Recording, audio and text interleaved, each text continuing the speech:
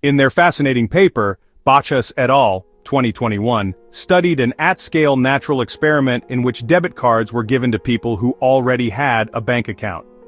We'll get to where trust is relevant in a minute. First, we need to understand the context. Their study explores the staggered rollout of these debit cards to beneficiaries of Mexico's conditional cash transfer program.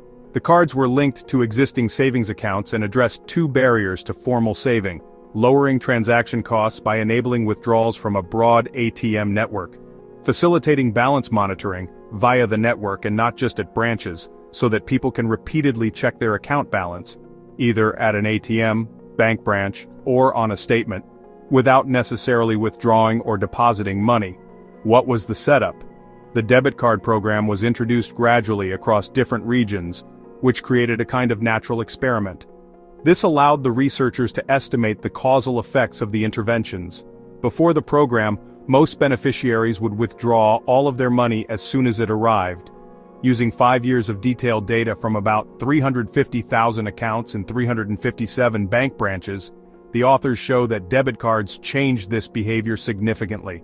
After receiving cards, people withdrew money more actively, but they also started saving. The share of beneficiaries with money left in their accounts rose from 13% to 87% over 2 years.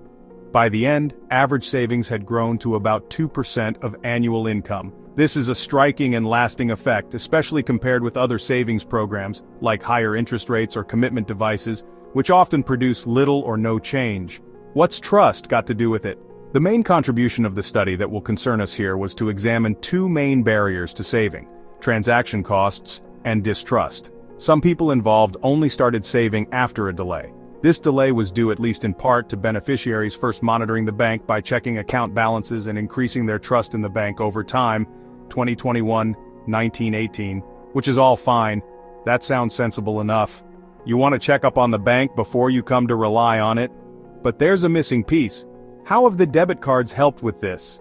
One of the key claims in the research paper is that an increase in trust was being driven by making it easier for people to check on their accounts. Effectively, this was their making sure that the banks weren't stealing from them. After a few checks to ensure that each time the bank hasn't taken away the person's money, participants in the study became a little more trusting. Is this really trust? This doesn't seem the most morally involved set of interactions. Put it this way, when we think of trust, we might well think of trust and morality as inseparable. That's why a broken promise feels like more than simple disappointment. It feels like a moral injury. Trust is, in this sense, a recognition of another's moral agency. And at least for everything that's been said, this debit card case doesn't seem very morally involved. For instance, Karen Jones, 1996, has a nice account of trust where she connects it closely to goodwill. As she has it, trust is an attitude of optimism that the goodwill and competence of another will extend to cover the domain of our interaction with her, together with the expectation that the one trusted will be directly and favorably moved by the thought that we are counting on her. 1996-4. Now, beneficiaries weren't relying on banks because they believed the banks recognized a moral obligation to safeguard their money.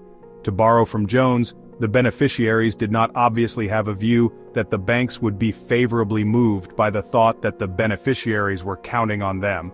Rather, the beneficiaries were content to rely on the banks because repeated balance checks gave them confidence that the bank would behave consistently in the future, just as it had in the past.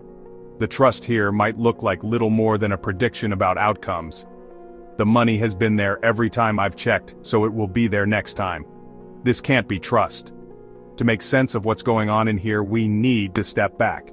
It turns out there is more than one concept of trust that we have. The kind of trust that Jones is discussing is what we might call affective trust. Affective trust is the kind of trust that has a normative, moral component.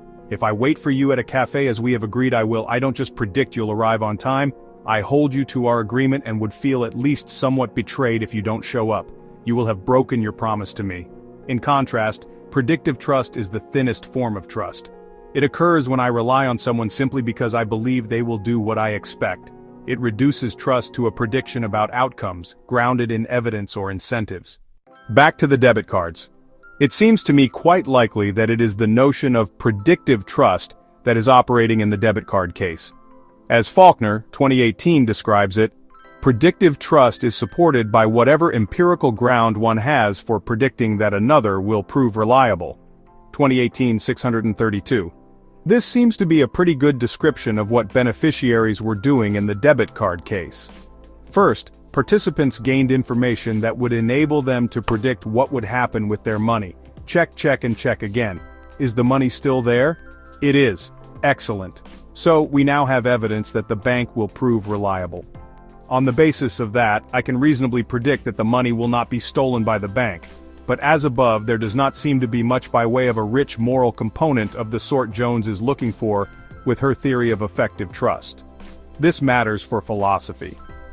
One of the things philosophers will look to do in their work is to engage in conceptual analysis.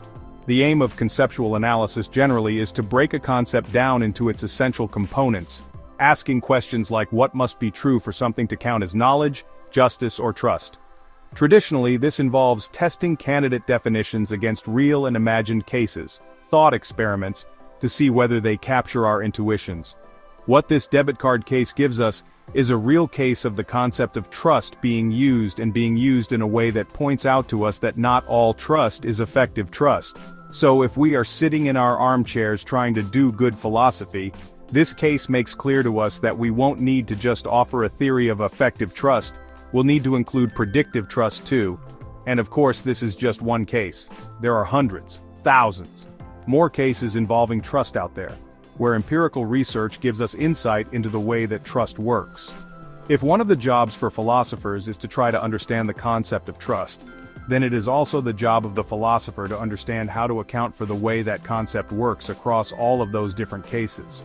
Strikingly, that leaves philosophy as a very empirically informed discipline, which I think runs counter to some of the stereotypes. Conclusion. Not all trust is the same.